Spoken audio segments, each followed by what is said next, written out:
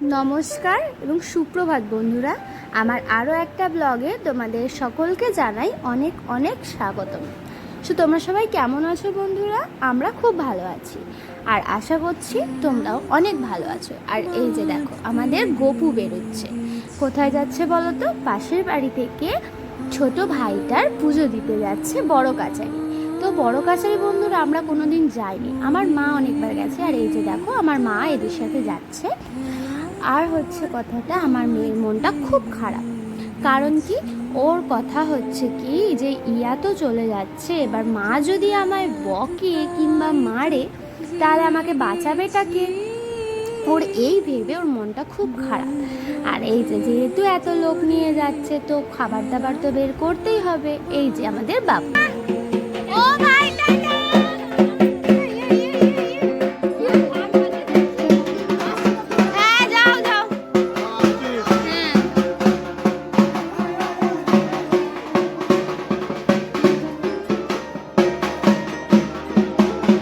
সবাই টাটা বলে বেরিয়ে গেল। এবার আমার হচ্ছে কাজের পালা। আর আজকে যেহেতু আমার মা বাড়িতে থাকছে না, তো সব কাজটা আমাকেই করতে হবে, তাই সকাল থেকে উঠেই লেগে পড়লাম কাজে। আর এই যে দেখো, জামা কাপড় কাচা হয়ে গেছে, কারণ যেহেতু আজকে অফ ডে মানে সানডে, তো বর ঘরেই থাকবে, যার জন্য ডিউটির জামা প্যান্টগুলো আজকে কেচে দিলাম।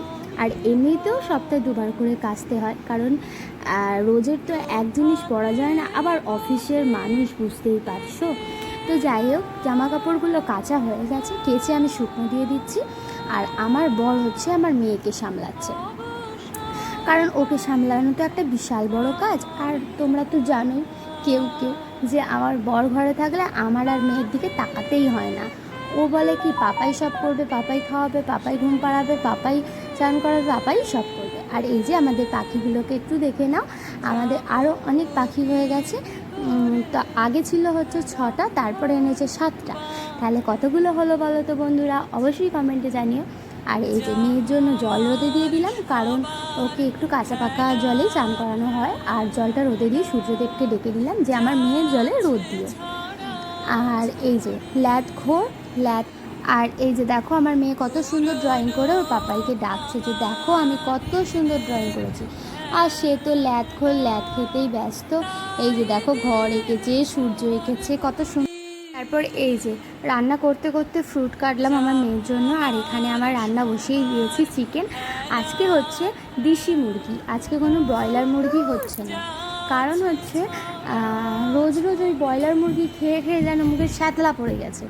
আর সত্যি কথা বলতে গেলে খাসির যা দাম, বাপরে বাপ, সেই 1 কিলো আনতে গেলেই 900 টাকা গলবে। তার থেকে দরকার নেই, দেশি মুরগি নিয়ে আসো, ভালো করে ফুটিয়ে রান্না করো, একদম হাত চেটে খাও। তারপরে দেখো, এই যে চিকেনটা মোটামুটি হয়েই এসেছে, এবার নামিয়ে নেবো, নিয়ে যাবতীয় যা কাজ আছে কাজগুলো করব। আর বাসন মাজা, তারপরে এই রান্নাঘরগুলো ঝাড় দেওয়া। আর এই রান্নাঘরের মধ্যে রান্না করতে গেলে রান্না কতটুকু হয় জানি না, অথচ এক কারে জিনিস নোংরা হবে, ঘরদোর নোংরা হবে, মানে এক এককার ব্যাপার হয়ে যায়। সে কী বলতো, গরু দিয়ে জাপ মারালে যা হয় আর কি।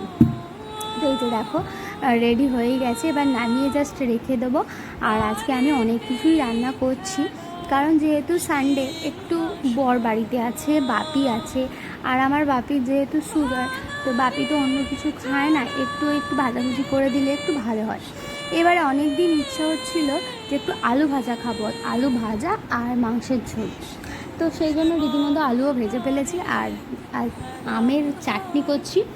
আমটা মানে কাঁচা আমের চাটনি যা লাগে, আবার সেটাতে যদি চিনি না দেওয়া যায়, মানে টক একেবারে, তো দারুণ লাগে। সেজন্য একটু ইচ্ছা হলো, চলো আমের টকও করি একটু। আর করেছিলাম হচ্ছে, আর কি করেছিলাম যদিও বা মনে পড়ছে না। তো এবার মানে ভিডিওটা আমি করেছি গত 1 মাস আগে, আর 1 মাস পর আমি এডিট করতে বসেছি। তো এবার কথাটা হচ্ছে কি করেছি মানে এই মুহূর্তে মনে পড়ছে না। তো এডিট করতে করতে যখন লাস্ট পজিশনে যাব, তখন অবশ্যই তোমাদের জানিয়ে দেব। আর এই যে দেখো, বসে গেছে হচ্ছে কালার করতে, কারণ নাকি চুল পেকে গেছে, সেই জন্য বসেছে কালার করতে। আর এই হচ্ছে একা একাই করছে, আর আমাকে অনেকক্ষণ ধরে বলছিল একটু করে দাও। আর আমার মেয়ে রেডি হয়ে দাঁড়িয়ে পড়েছে, ও কালার করে দেবে বলে। এবার যেহেতু পিছন দিকে হাত যায় না বা দেখা যায় না, সেহেতু আমি একটা হাতে প্লাস্টিক পরে আর তাড়াতাড়ি করে ফেললাম। এবার আমার মেয়ে বলছে কি আমাকেও হাতে প্লাস্টিকটা পরিয়ে দাও মা, আমিও করবো এরকমভাবে বলে, যাই হোক বায়না তো একটু মেটাতেই হবে, একটাই আমার রাজকন্যা বলে কথা, সেই উপক্রম মানে সেটাও আর কি ব্যথিত রাখলাম না। কথা আটকে যাচ্ছে যদিও বা কেন জানি না। আর এই যে দেখো আমার মেয়ের হাতেও পরিয়ে দিলাম, আর ও খুব হ্যাপি, মানে ও খুব ছোটো ছোটো জিনিসে হ্যাপি হয়ে যায়। আর তারপর আমার রান্নাবান্না তো চলছেই। আর এই যে বসিয়ে দিয়েছি হচ্ছে মেয়ের মাছের ঝোল, ওই কি বলে গোলমরিচ আর জিরে বাটা দিয়ে। আর ও আজকে ইচ্ছে হচ্ছে ল্যাজা খাবে, তাই ওর জন্য ল্যাজা করছি। আর এই যে দেখো বাপিকে খেতে দিয়ে দিয়েছি, আমার এখনও চান হয়নি। আমার মুখটা দেখতে পাচ্ছি খুব ট্যান পড়ে গেছে, মানে সারাদিন ওই রোদ্রে তারপরে এই আগুনের সামনে থেকে সেই জন্য একটু মুখে একটু মাস্ক মেখে নিচ্ছি, মানে ঘরে স্ক্রাবটা তৈরি করে নিয়েছি, এটাই একটু স্ক্রাবার করে নেবো একটু মুখটা, যাতে ন্যাচারাল গ্লোটা চলে আসে, মানে এই যে কালচে ভাবটা উঠে যায়, আর কিছুই না। ফর্সা হতে চাই না, আর কোনো দিন কী বলে পার্লারে গিয়ে কোনো দিন আমি এসব করিও নি ভাই। আমি পার্লারে সত্যি কথা টাকাই দিই না, আমি তো আইব্রু করি না, তোমরা আমার ব্রু দেখেই বুঝতে পারছো, ফেসিয়ালও করি না, চুলও কাটি না, চুলটাও বাড়িতে কেটে নিই, কারণ একটু হলেও আমি পার্লারের কাজ শিখেছিলাম। তো সেই হিসেবে বলতে পারো আমার পার্লারের কোনো জিনিসই পছন্দ না। আর হ্যাঁ, তবে একবার ইচ্ছা আছে ব্রাইডাল মেকআপের, দেখি কবে করা যায়। বিয়ের সময় করেছিলাম, কিন্তু তখন তো আর এক্সাইটেড ছিলাম না, তখন মন টন খারাপ ছিল, যে যেরকমভাবে সাজিয়ে দিয়েছে আমি সেজে নিয়েছি। আর এই যে দেখো হাত টাতগুলোতেও একটু মেখে নিলাম, কারণ কি ফর্সাটা শুধু মুখে হলে আর হাতগুলো কালসিটে পড়ে গেলে সেই একটা কথাই আছে না, চিকচিক করে। আর এবার আর কি বলি, এই যে দেখো এবার আমরা হচ্ছে খেতে বসে গেছি। আমাদের কি কি রান্না হয়েছে বলেই দিলাম, আলু ভাজা, মাছের টক হয়েছে আর মাংস হয়েছে। আর বাপির জন্য আর এই যে দেখো খেতে বসে গেছি। আর আমার মেয়ে খুবই ডিস্টার্ব করছে, আর ওকে খুব জোর বকেই দিয়েছে। আর ওকে বকে দিতে ওর রাগ হয়ে গেছে, ও বিছানায় উঠে শুয়ে পড়েছে, শুধু ভাত খাচ্ছিলি খা না, নুন খাচ্ছে, তারপরে ঝোল দিয়ে দিচ্ছে। এবার ঝালটা যদি চোখে পড়ে বা ওই ঝাল হাতটা যদি চোখে মুখে দিয়ে দেয়, তাহলে তো জ্বালা করবে বলো, তখন তো কাঁদবে। আর বলছি মোটে কথা শুনছে না, উল্টো ওইসব করে যাচ্ছে। আর এই যে দেখো বেশ ভালোই ছিল, তারপর থেকে এই একটু পর থেকে জ্বালানো শুরু করে দিয়েছে, যেহেতু ওর খাওয়া হয়ে গেছে, আর ও চিকেন টিকেন খায় না, ও মাছ খায়, তো ও এবার বিরক্ত করছে খুব। আর লাস্টে যেই বকেছি অমনি তো মেয়ে রেগে ফের।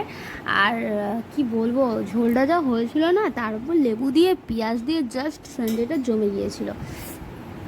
আর আমার এখনই জিভে জল এসে যাচ্ছে, মানে গাইস বিশ্বাস করবে না, কাজু বাদাম বাটা, তারপরে হচ্ছে কি পোস্ত, টক দই, তারপরে হচ্ছে কি চারমগজ, এইসবগুলো বেটে দিয়েছি, তো মানে জাস্ট অসাম লাগছিল।